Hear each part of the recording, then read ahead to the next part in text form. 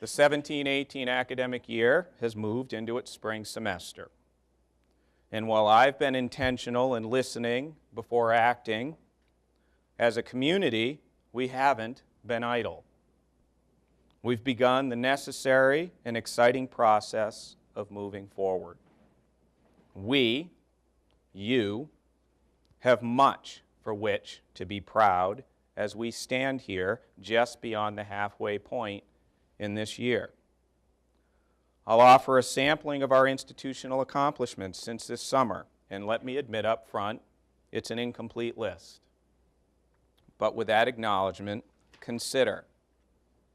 We identified and we opened new space for our East Hartford campus, and we've expanded our PGS accelerated degree programs. We implemented a new Master in Science and Clinical Counseling program, and it opened with enrollments above projections. We initiated the STEM Scholars Program, supported by the National Science Foundation, $600,000 plus grant, and our inaugural first 5 scholars enrolled this fall. We launched a new, more intuitive, user and mobile-friendly platform for the My Albertus portal. We've begun and nearly finished a major campus network and wireless improvement project, which will enhance our network and Wi-Fi with a more powerful, reliable solution. Now I have to tell you, the details of this project exceed my technology vocabulary, but I am told we're going from 150 to 500 megabytes per second. I have to assume that's good. We've also completed the Voyager to Alma transition as the college's library management system, and it's improved access to all information resources available to our students and faculty online, but also in person. We established a mental health counseling center with dedicated professionals to staff it to triage the immediate and short-term mental health needs of our students enrolled in our day and PGS programs. We launched a campus recreation and fitness program centered around student engagement and wellness. For at least the first time in many years, we have intramural athletics on this campus. I'm told we offer Zumba. We have yoga, meditation sessions, and I know some of you participated and maybe observed that more than a few of our faculty and staff competed this fall in our first intramural sporting events.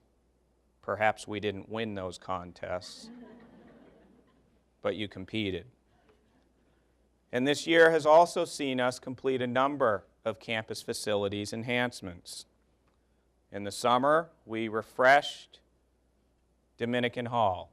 Dominican is, if you don't know, it's the residence hall where our first-year students reside. It was painted and freshened up. We opened up the Shea softball complex. So our Falcons athletics, the women's softball team, will compete right in the heart, in the core of the campus. We opened up the new coffee bar in Bree Common. And I have to tell you, I was told by more than a few people that that was not a wise decision, that it wouldn't work, that our students and our staff wouldn't have the money or wouldn't spend the money. Based on my own observations and what I've observed, I think we're drinking more than a few cups of coffee on this campus each day, and our students have actually labeled it their student center. I'll speak to that in a moment. We've become more collaborative, strategic, and intentional in our marketing and communications efforts. The albertus.edu website has been freshened and enhanced to prioritize our external audiences and objectives. Our social media presence has improved. I even now tweet. And what you may not realize is before this job, I'm not sure there was anyone who was more personally opposed to using social media and tweeting than me. But I do it because I'm told I have to. We've embarked upon deliberate engagement with our surrounding communities and neighbors. New Hallville, Edge Hill, Ronan, East Rock, Hamden, the city of New Haven. We've attended community meetings and events, and the presence of Albertus has been noticed, and it's been favorably received. I am convinced that the future of Albertus Magnus College is inherently intertwined with our neighboring communities. In our fundraising, donor, and alumni engagement efforts, we've begun the process of moving forward. The former Fall Fest was reimagined and rebranded into a more traditional homecoming with a goal of attracting back to this campus more of our alumni from across the decades. We've hosted alumni events in other parts of the country, New York City, Boston, Ohio, Florida, tomorrow night, Washington, D.C. We created a new VIP entertainment area for our home basketball games so that we can introduce current and future donors to the college, friends of the college, to the excitement that is Albertus Falcons intercollegiate athletics. And year to date in our annual fundraising, I am pleased to share with you that we have more donors than previous years, and we are running 75% ahead in total dollars raised versus the same point in time a year ago. We've already exceeded what was budgeted for the total annual fund dollars raised this year. That's right. Our success in future fundraising will be a key driver of a thriving Albertus Magnus College. And as we think about a thriving Albertus for the future, another driver will be success in our enrollment management efforts. Calls. Our bright future begins with growth in enrollments and revenues. And we've begun the necessary strategic investments. We hired Sean Michael Green to be the college's inaugural Vice President for Enrollment Management.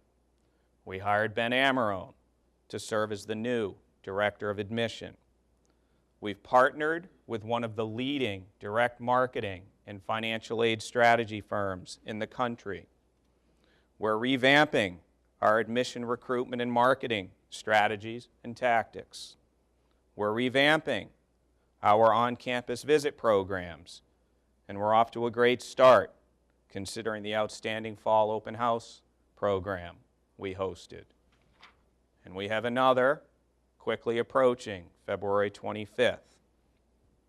We're also in the midst of implementing Slate, which is undeniably the best customer relationship marketing software solution in higher education. And we are implementing it for our traditional age and our PGS admission offices. These investments that we're making will be monitored closely to assess the returns on those investments. And to date, the early results are promising. For this fall's incoming first-year class, we are running 38% ahead in applications, and 27% more students have been admitted to date. But applications and acceptances have to translate into enrollments. And we're heading into the yield season.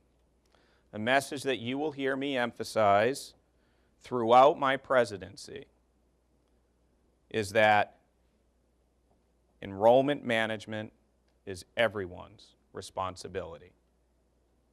Yes, our colleagues in the enrollment management areas carry the responsibility of leading those efforts. As you know, or maybe you didn't know, I think you do, my background is in enrollment management. And I used to think I was a pretty good admission counselor.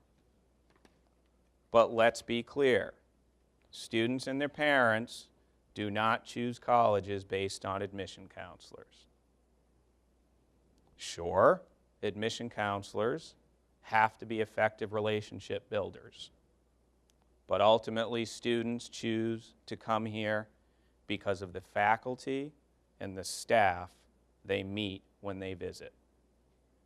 The faculty they'll have in their classes, the academic and student affairs staff who will work with them during their years here.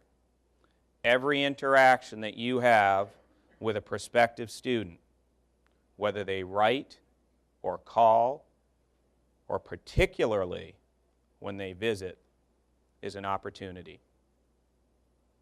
If we all work together this spring on our yield efforts, we will enroll a large and vibrant class in the fall. I'm positive.